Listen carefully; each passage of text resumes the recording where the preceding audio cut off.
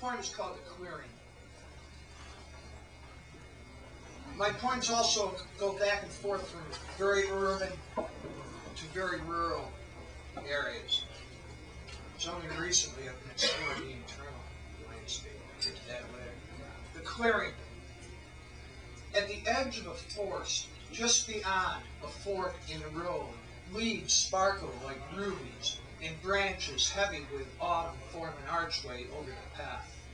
I sit on rocks at the beginning of this tunnel of light which glows through a world that should be better. I hear rifle fire in the distance, and closer, a scream.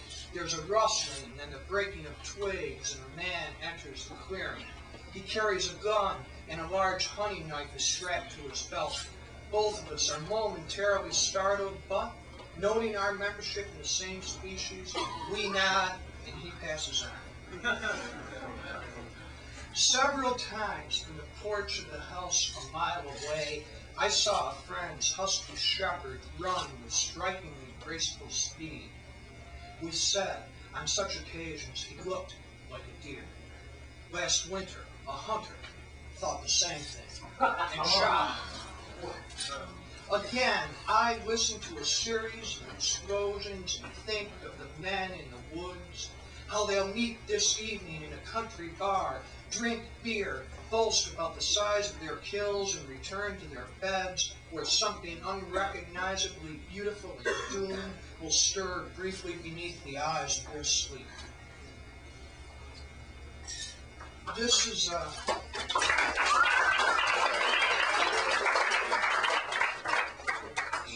couple of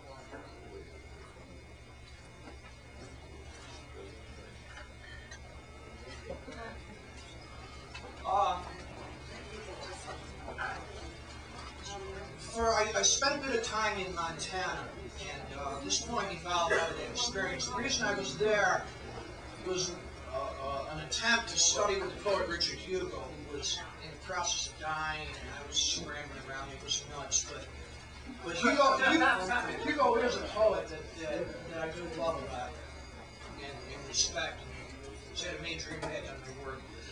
Anyway, this is a poem from Richard Hugo, and it comes out of my time in Montana, which was during the summer of 1982. And I got hung up on the road a lot. They don't like hitchhikers in Montana. Don't go to hitchhiking Montana, please. Please. It's rough. Anyway, so I'm out there hitchhiking, and it's August, and it's hot, and I went through some things and wound up in a rescue mission. And that's the first section of this poem. Point from Richard Hugo, Montana Rescue Mission. If we sang the hymns and prayed, we ate the poor meal. At night, women rose in our sleep like angels of childhood. Children laughed, and money blessed our pond. When we woke, no women floated through the dank stench of rotting mattresses. If children laughed, they gnashed their teeth and jeered. Any brand of cigarette was a currency we could believe. Mornings in the tan air and dust, we sat looking at the earth which bore us and tried to think of simple ways to save our lives. In that alley behind the blue stucco mission, we knew eternity now said there was no hope. Wind from the plains swirled over our failures, and each day lingered homeless. If mountains mattered, they pointed a permanent direction to a heaven we couldn't see.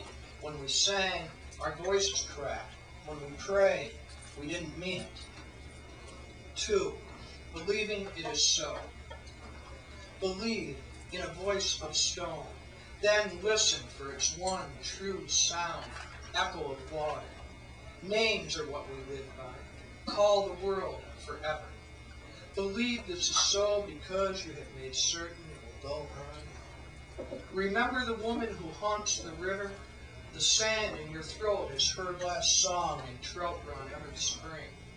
Summer in Montana, you were dying. I could not see you. I turned east like a plains Indian hunting mystic truth. Missoula to Billings I wandered, telling sacred skies it's wrong. Black nights on the prairie, unseen and evil creatures made their terrible noises, Antelope soared over fields at dawn, horses raced through mountain wind, and mothers fed their sons. We need a spirit watered won't offend, and a covenant. Be kind, live your life, as if it were a promise you had to keep or die.